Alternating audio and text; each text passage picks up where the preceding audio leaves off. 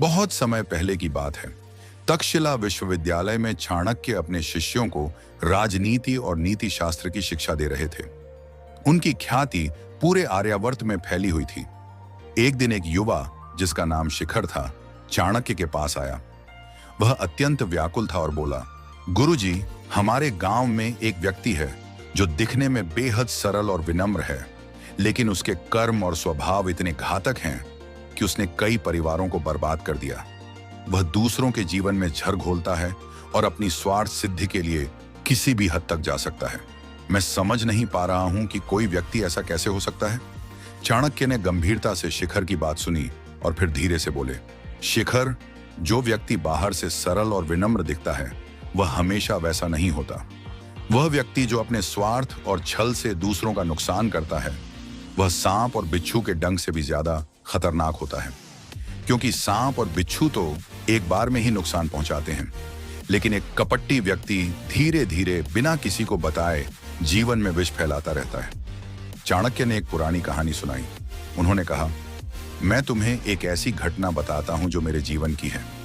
जब मैं तक्षशिला से मगध राज्य गया था, उस समय वहां कई दरबारियों ने मुझे अपमानित किया था, क्योंकि वे मुझे अपने लिए खतरा मानते थे। उनमें से एक दरबारी था, विष्णुगुप्त। वह राजा के सामने बेहद विनम्र और सहयोगी दिखता था, लेकिन उसकी आंखों में छल और स्वार्थ की झलक थी। शुरू में मैं उसकी वास्तविकता को नहीं समझ पाया, लेकिन धीरे धीरे उसका असली चेहरा सामने आया। उसने राजा का विश्वास जीतकर कई राजाओं के बीच युद्ध करवाए, जिससे उसे अपनी स्वार्थ सिद्धि हो सके। उसका स्वभाव इतना जहरीला था कि उसने अपने मित्रों तक को धोखा दिया। उस समय मुझे एहसास हुआ कि ऐसे व्यक्ति का जहर सांप के डंक से भी अधिक खतरनाक होता है, क्योंकि वह समाज और रिश्तों के ताने बाने को अंदर से धीरे धीरे नष्ट करता है। शिखर ने ध्यान से सुना और पूछा, गुरुजी, तो क्या हम ऐसे व्यक्ति को पहचान नहीं सकते? हमें कैसे पता चले कि कौन विषैला है और कौन नहीं? चाणक्य ने कहा, विषैले व्यक्ति को पहचानने के लिए बुद्धिमत्ता और सतर्कता की आवश्यकता होती है। ऐसे व्यक्ति कभी भी अपने असली रूप में सामने नहीं आते। वे मधुर वाणी, छलपूर्ण व्यवहार और झूठी मित्रता के आवरण में छिपे रहते हैं, लेकिन उनके कार्यों से, उनकी नीयत और स्वार्थ से तुम उन्हें पहचान सकते हो। हमेशा यह ध्यान रखना चाहिए कि जो व्यक्ति बार बार अपने लाभ के लिए दूसरों का नुकसान करता है, जो दूसरों के कष्टों पर हंसता है और जो अपने स्वार्थ की पूर्ति के लिए किसी भी हद तक जा सकता है, वह असली विषैला व्यक्ति है। चाणक्य ने आगे बताया, जो व्यक्ति हमेशा दूसरों की असफलता पर खुश होता है, उनके दुखों पर उपहास करता है और दूसरों की सफलता को देखकर जलता है, वह निश्चित रूप से भीतर से जहरीला है। ऐसे लोग अपने आसपास के लोगों को धीरे धीरे नष्ट करते हैं। वे सामने से तो सहायक दिखते हैं, लेकिन अंदर ही अंदर दूसरों के लिए कुचक्र रचते रहते हैं। ऐसे व्यक्ति का व्यवहार सांप के जहर से कहीं अधिक खतरनाक होता है, क्योंकि वह भावनात्मक और मानसिक रूप से नुकसान पहुंचाता है। शिखर ने चाणक्य से पूछा, तो क्या हम ऐसे लोगों से हमेशा दूर रह सकते हैं?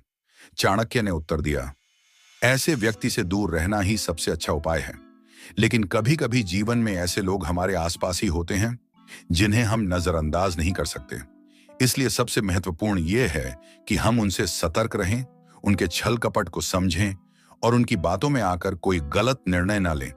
हमें उनसे निपटने के लिए धैर्य और समझदारी का सहारा लेना चाहिए। जो व्यक्ति सजग रहता है और अपने आसपास के लोगों के व्यवहार को ध्यान से देखता है, वह कभी भी ऐसे व्यक्ति का शिकार नहीं बनता।